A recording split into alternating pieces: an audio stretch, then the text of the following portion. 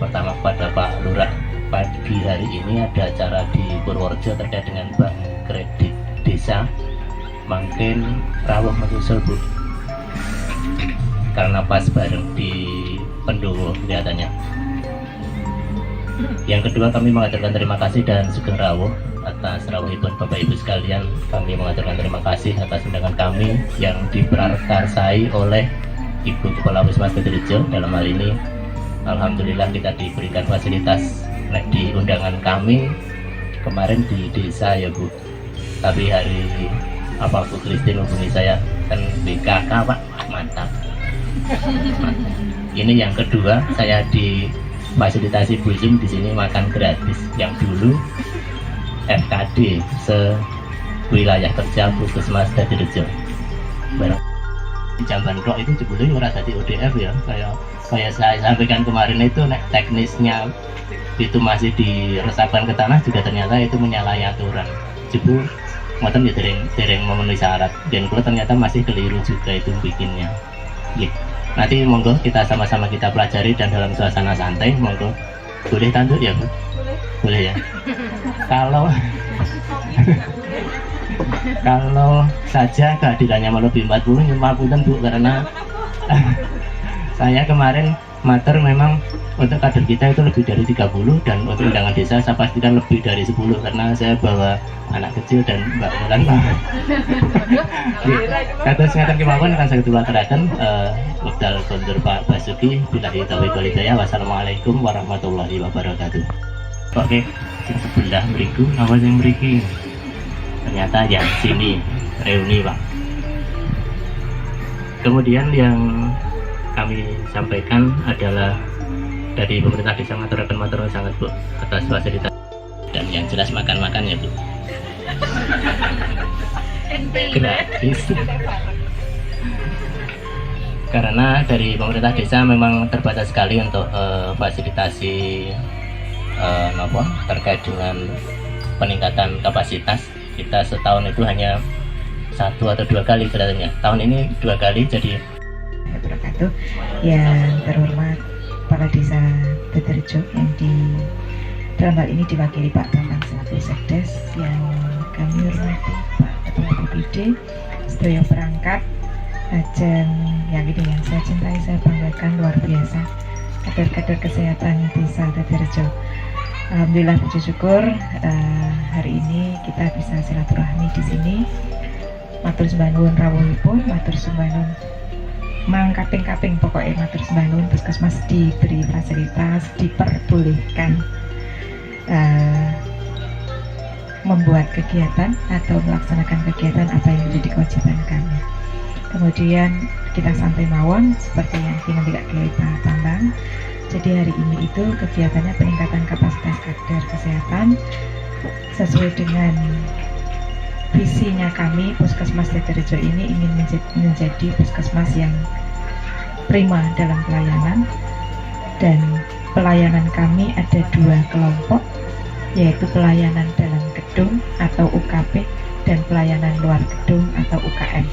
Nah, sehingga para kader dan tokoh masyarakat ini akan mampu untuk mendeteksi maupun mencarikan solusi untuk permasalahan kesehatan yang ada di desa.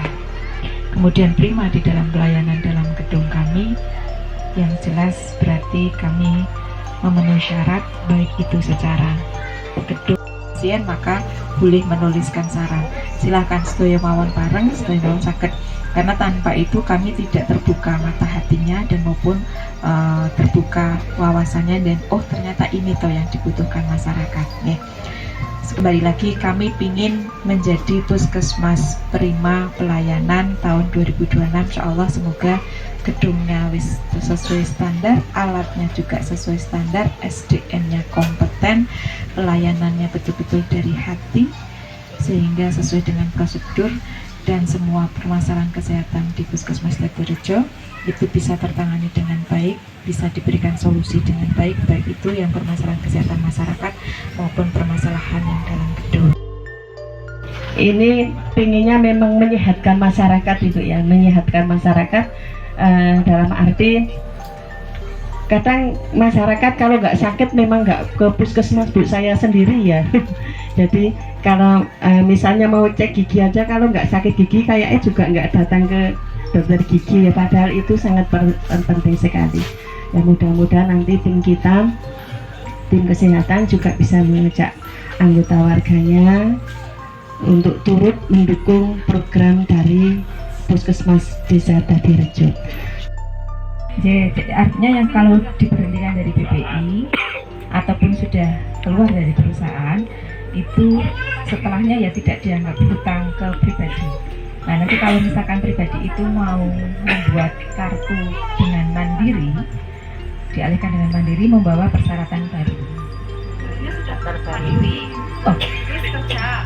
oh lah itu kalau sebelumnya sudah mandiri itu, Mandiri terus kerja. ya, Kerja kan udah kontrak. ya, Tapi kan otomatis juga BPJS udah nggak dibayar sama. betul, balik ke mandiri lagi. Berarti sih Ya, utang yang kalau itu harus ya, soalnya kalau tadinya memang PPI terus diberhentikan oleh pemerintah, kemudian apalagi kalau pasiennya tidak tahu, terus mau mengaktifkan untuk mandiri, maka bawa persyaratan baru. Telepon mau? Oke. Ngapunten menika saya ngerisai lagi, tapi Pak Speaker nggih, Pak? Oh, gini. Oke. Yang pertama, untuk anggota BPJS yang kemarin PPI dinonaktifkan, itu kalau ada waktu 6 bulan bisa diaktifkan kembali, itu oke lah diaktifkan kembali. Tapi kemudian kalau kepingin menjadi mandiri, semenjak dinonaktifkan pemerintah sampai kemudian kita mau membuat mandiri, apakah ada tanggungan kita dari BPJS? Kalau untuk yang awalnya dari pemerintah tidak ada, Bu. Oke, nggak ada. Berarti kalau kita mau daftar mandiri misalkan itu membawa persyaratan untuk bikin kartu baru, dianggap sebagai baru. Iya, seperti kartu baru. Cuma nanti berlakunya ini pembayarannya 14 hari baru bisa dibayar, nggak bisa langsung. Oh iya, oke. Terus kalau yang tadinya pernah mandiri terus kerja ditanggung dari perusahaan pada saat kerja, kemudian berhenti kerja tapi tidak membayar lagi dan tidak lapor ke BPJS, kalau sekarang mau aktifkan lagi itu seperti Pak Rizky? Kalau itu nanti dengan KWP agak, saya nggak, kalau ini loudspeaker saya nggak berani nanti kalau salah. Jadi sebenarnya kalau terkait dengan pesertaan nanti dengan Budina, Bu. Oke, siap. Saya kan terkait dengan pelayanan primernya, kalau yang sifatnya umum-umum saya tahu, tapi kalau saya dulu pernah tanya, tapi saya ragu untuk menjawab. Kalau yang jelas itu nanti untuk yang dia jadi mandiri nanti kalau dia nonaktif tidak di bulan yang sama keluarnya keputusan dari perusahaan itu nanti berlakunya 14 hari baru aktif. Tapi kalau dikeluarkan dari perusahaan di bulan yang sama kemudian daftar kembali itu nanti langsung aktif seperti itu. Cuman kalau untuk hutangnya sepertinya tidak, cuma nanti dipastikan coba dengan KPP, saya tak tanyakan dulu, Bu, kalau itu. Jadi pastinya ke kantor BPJS aja. Ya, wow, Ibu terus penting.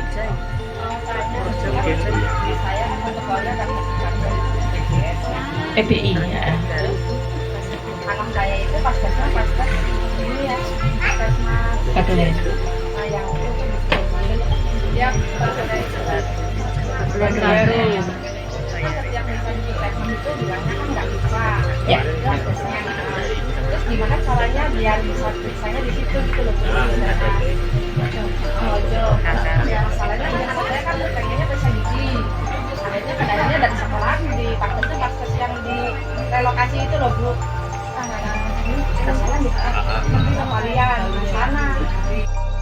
Sesama Paskes di Purworejo tidak boleh digratiskan. Artinya kalau BPJS-nya Bagelen, Puskesmas Bagelen periksa di Dadirejo kan masih satu kabupaten, itu tidak boleh, harus bayar.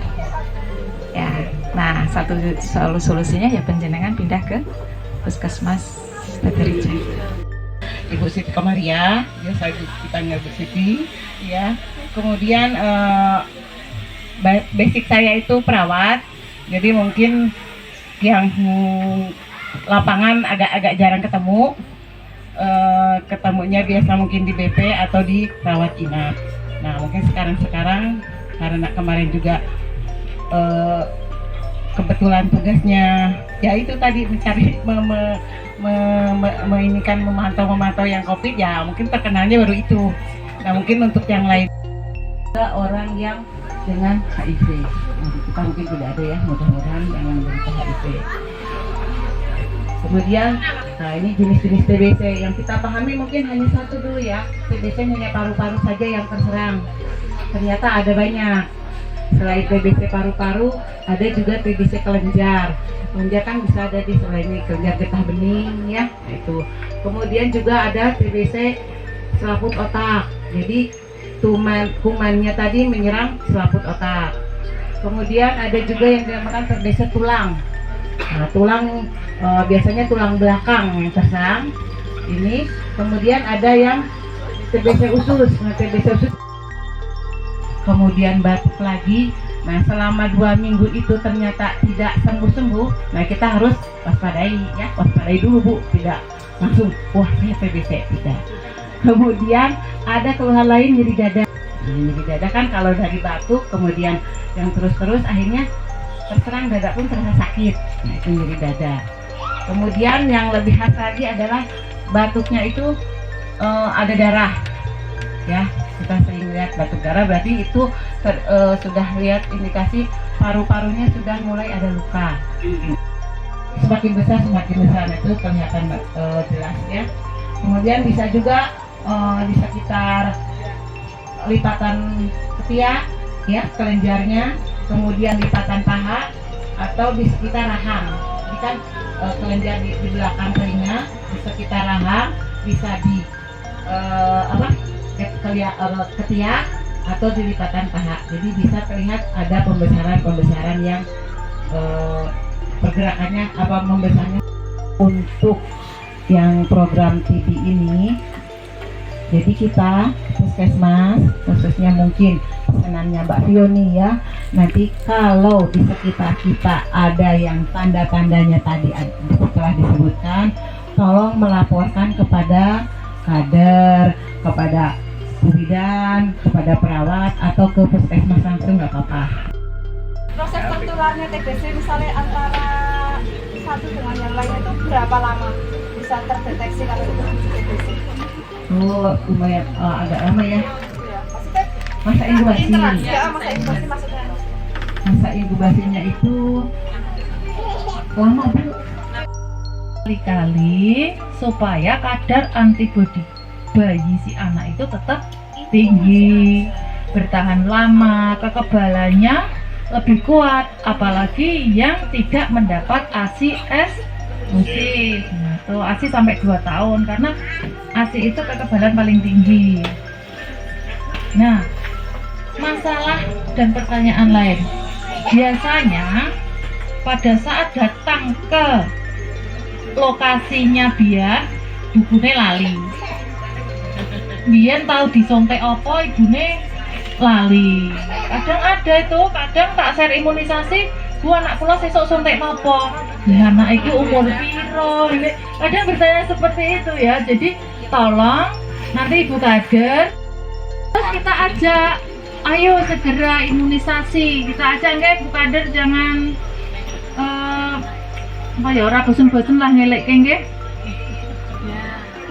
Nah, itu bisa lewat WA group, bisa lewat penyuluhan di PKK nggih Bu Lurah nggih, itu kalau ada bian. Nah, pelaksanaan bian nanti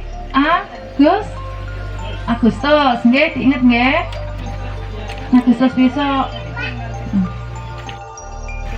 Baik Bapak Ibu sekalian yang saya hormati, saya memberikan materi 2.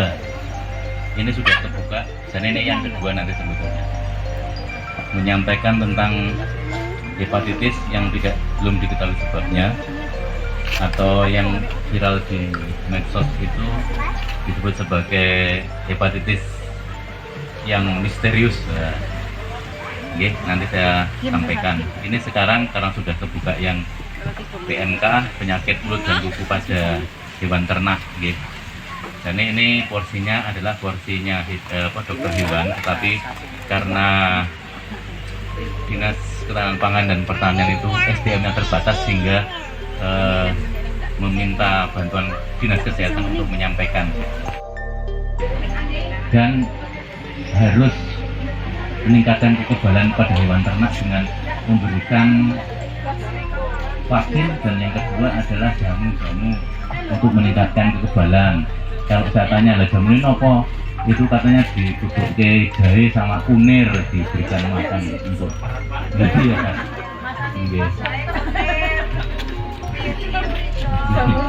Ini tanda klinis pada PMK yang ada, yaitu lepuh lesi pada gusi. Jadi gusinya itu pada melepuh, lidahnya pada melepuh, di sini cairan. Bisa juga di mukosa mulut. Mukosa mulut itu lapisan dalam bagian mulut ya. Kemudian karena ada luka-luka macam pasti terjadi hipersalivasi. Hipersalivasi itu terus air liurnya itu banyak keluar. A, B, C, D, E sampai E terusnya. Nah, yang paling sering bisa kita lihat sering sekali hepatitis A, B, dan C. Hepatitis A itu penularannya cepat sekali, biasanya melalui makanan minuman ya, tinja, fekal oral namanya ya. Kalau di suatu pondokan asrama itu kan cepat sekali ya. Itu hepatitis A yang menular cepat sekali. Kuning di asrama atau di sekolah itu hepatitis A, berkaitan dengan hepatitis A. Kemudian kalau hepatitis B menular melalui apa? Melalui apa? Darah ya, suntikan. Misalnya pada pengguna narkoba berganti jarum suntik ini, itu mudah tertular hepatitis. Kemudian dari ibu yang mengandung atau hamil kepada bayi yang dilahirkan, sehingga memang ada program nasional kita triple eliminasi, diantaranya salah satunya adalah hepatitis B, sehingga pada ibu hamil diperiksa HbA1c-nya dalam masa kehamilannya. Ya kalau positif nanti rencana kelahirannya harus ke rumah sakit, dan sesegera mungkin bayi yang dilahirkannya mendapatkan imunisasi untuk mencegah supaya bayinya tidak tertular hepatitis B dari ibunya gitu. Triple eliminasi yang dua apa saja? Itu hepatitis nular nggak itu? Iya Pak. Nular. Iya. Lewatnya mana? Jadi tadi saya sebutkan dari fekal oral hepatitis A, dari makanan, penggunaan alat makan yang bersama-sama itu hepatitis A. B dari itu suntikan, transfusi, misalnya kalau ada terkontaminasi virusnya tadi dari ibu hamil ke bayinya. Kalau besar, kok ini kok diperiksa kok positif kayak gitu, karena tidak menunjukkan gejala sama sekali, dan bisa sembuh dengan sendirinya, dan juga bisa dikumis. Nah, jadi ketika menjadi kronis ya nanti masih bisa ditambani. Secara medis bisa dibuktikan kalau sembuh itu bisa. Bisa. Misalnya saya pernah kena, ya. Terus kan orang itu kadang berobat cuma sekali, merasa sehat, terus apakah itu sudah sembuh atau belum gitu? Bisa. Secara klinis sudah baik, kemudian nanti dicek. Kalau hepatitis B dicek lagi sudah negatif HbA1c-nya. Kalau HbA1c atau itu menetap lebih dari 6 bulan itu sudah dikatakan menjadi hepatitis B kronis. Ketambahan kata suatu kata itu organ, dari organ kemudian ketambahan itis itu berarti menunjukkan proses peradangan.